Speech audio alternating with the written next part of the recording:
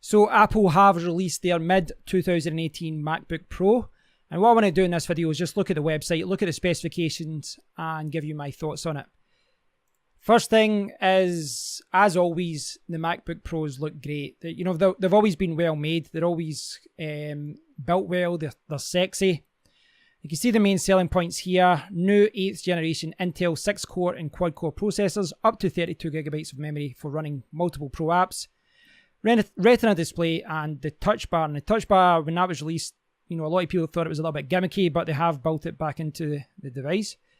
As far as the 8th generation, if I can talk, 8th generation Intel 6-core and quad-core processors, is worth noting that if you go to the 13-inch versions, some of them still have 7th generation CPUs, so be careful and make a point of getting the CPU that you want, because the cheaper ones, the ones that are maybe a little bit more affordable, they're running very old tech.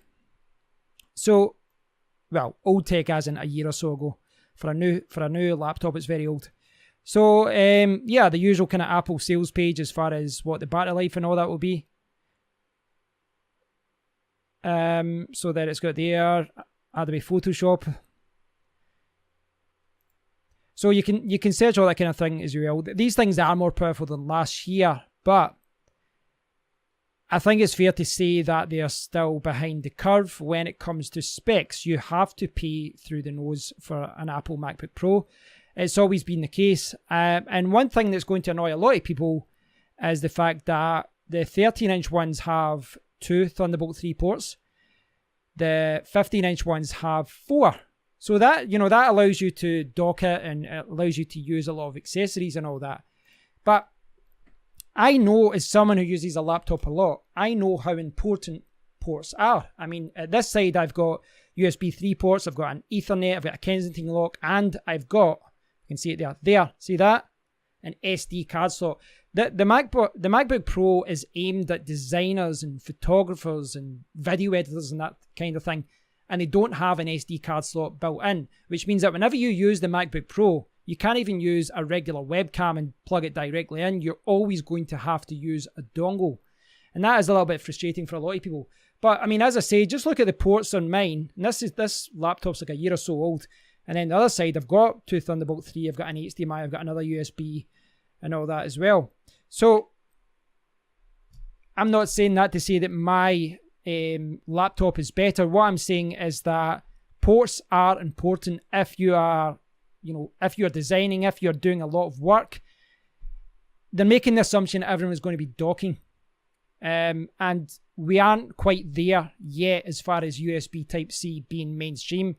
Yes, phones have Type-C, but if you look at accessories, if you look at audio equipment, if you look at camera equipment, they always just use USB Type-A. So a little bit frustrating, no doubt, and a lot of people will be annoyed by that. So there are some really cool things. That's a really cool feature there. You can unlock it there. I think, you know, from build quality, you know, point of view, from design and all that, it is a gorgeous laptop. It really is. You can't dispute the fact that these are good, well-made, really sexy-looking laptops. But where it fails in my mind is the fact that you pay so much for the specifications that you're getting, and you're paying a lot of money for not a lot of power. Now, this is a US website, 13-inch, 15-inch. They'll be the same in the UK version. So if you look at the 13-inch price, you know, goes from $1,300 up to $2,000 for the 13-inch, $2,400, $2,800 for the 15-inch. That is a lot of money. And then it's got the Retina display, sporty scale resolutions. Okay, so as I've said this before, guys, but this is one of my pet hates with Apple websites. They never tell you the actual CPU that is being used. They've just got i5 there. You know, they've got 7th generation Intel Core i5. They don't actually tell you what CPU it's got. You then have to go to Wikipedia, look at the MacBook Pro page, and then go down and go, okay, they're using i5 Coffee Lake ones, using i7, you know, and you have to look down to find the right one. It is a little bit frustrating. I hate that Apple does this. and they can say that, oh, most users don't have to, they don't want this information. But anyone who's spending a few $1,000s on a laptop should at the very least do some research on the CPU and the GPU and all that's installed. And, as far as the GPU goes, well, you can see here, this is a 13-inch, and I think, that's the 13-inch version. Intel graphics. That's all you've got, guys. Intel graphics. So there's the ports. There's a headphone, 2 Thunderbolt 3, and there's 4 on the larger version. 720p FaceTime HD camera. Now, as far as the camera goes, as far as audio goes, they're normally on point in that regard. But, I mean, look at these prices. Look at these prices. So this is a 13-inch version. The cheapest version, $1,300, you're getting a dual-core CPU. The next version, $1,500, also a dual-core CPU. And not only that, that's a 7th generation CPU. That is this version, the one that came out October 2016. That's the one that came out there. October 2016, and they're putting in a brand new laptop in 2018. And if you look at what Dell are doing, they've been using 8th generation CPUs since like a year ago or something like that. They were very, very quick to introduce 8th generation CPUs. And Apple have just released in mid 2018, and they're still selling for $1,500 a dual-core 7th generation CPU. And I can tell you from experience as a YouTuber who does video editing, a dual-core CPU, a mobile CPU, does not cut it. It cannot do video editing. It can't do it. It just can't do it. It slows down unless you're editing very, very basic videos.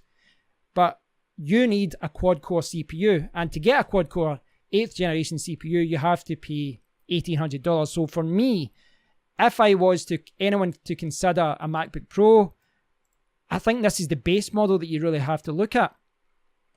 Not only that though, I mean, look at that, 8 gigabytes of RAM. 8 gigabytes of RAM for an $1,800 laptop.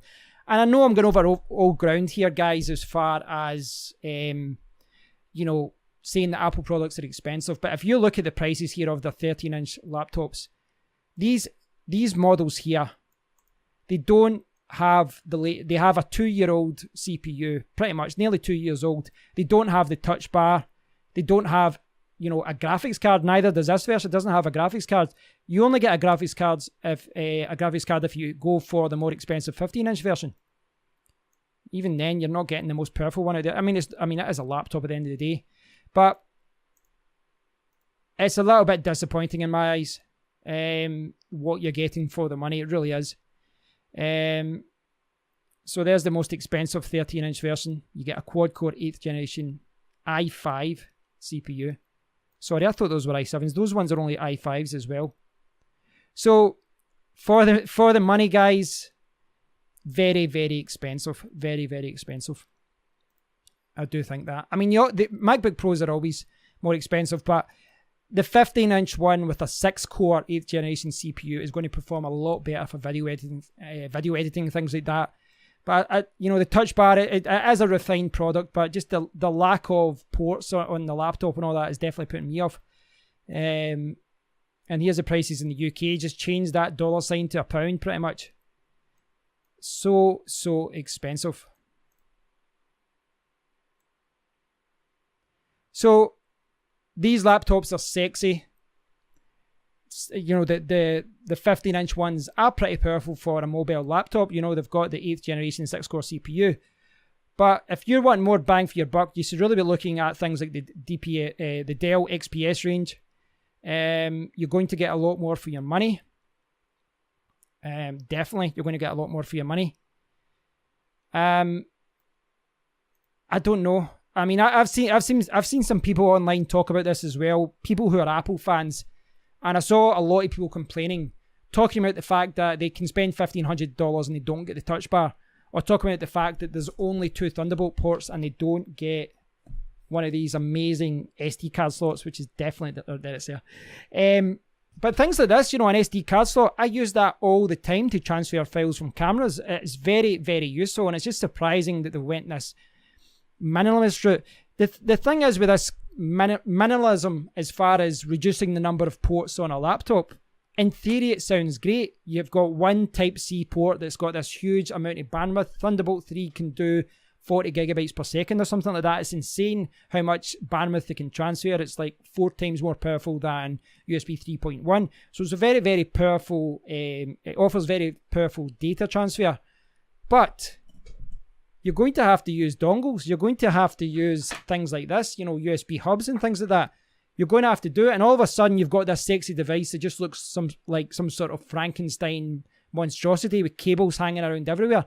Or you're going to have to use a docking station or something like that. So if you're tied into the Apple world, then yes, you will be looking at a MacBook Pro. And yes, if you don't need to do video editing, you might be okay with those lower spec dual core CPUs and the i5 quad core CPUs. But I think if you want more value for money, I would be leaning more towards Windows laptops. It's just the premium that they are charging for these computers is insane in my eyes. It really is insane. Maybe not so much at that end, because at the top of the range, you are getting an 8th generation 6-core CPU that's i7. It's still a lot of money, but I can't help but think that down at the 13-inch range, the 13-inch laptops, especially these ones, $1,500 for effectively a laptop that is 2 years, you know, that could have been released 2 years ago. Doesn't even have a dedicated graphics card, and it only has 8 gigabytes of RAM and 2 Thunderbolt 3 ports. So I realise, guys, you might say I'm an Apple hater here. I'm not. I just think that, yes, they should charge a premium. They do make very nice products and all that. But Apple aren't the only company that are making nice products. There's a lot of other companies out there that are making nice products. The only real selling point that Apple have with these laptops, in my eyes, is the ecosystem, is, you know, tying people into the Apple world. But you are going to get your pants taken down if you do choose to buy one of these. So they look like sexy laptops. They look like great laptops. The ones at the top of the end look powerful. The ones at the bottom of the end are expensive and not powerful. That's, you know, my summary of it.